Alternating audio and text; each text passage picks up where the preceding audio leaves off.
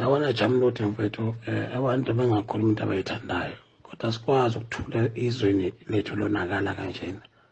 Moya ngokuhlungelela isimanga ukuthi singasebenzela ukuqhakambisa nokugqugqumezela ukubaluleka kosiko lwempilo nosiko lokuphila nosiko lokuganana.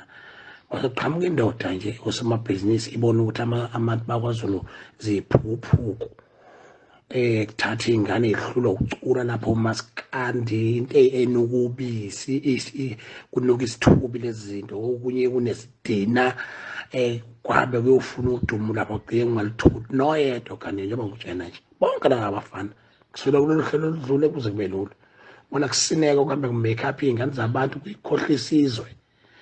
Iphi imvakazi siphi isicawu akunamizi kuhlala emkhukhwini kuthi kufuna iy'thembu kufuna udumo nalaba bakwa-TV bayavuma abantu abasijwayela kabi lobuseleku nalaba bakwa-DSTV abafuna ukuthi sibabhalele iy'ncwadi ngihamba nje ngiyabaceba esilweni ukuthi labantu babulala isiko.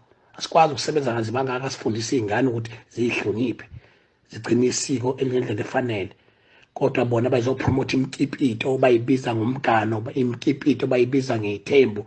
Yabona nje yabona Jamludi mfowethu yabona iyanyanyisa lento.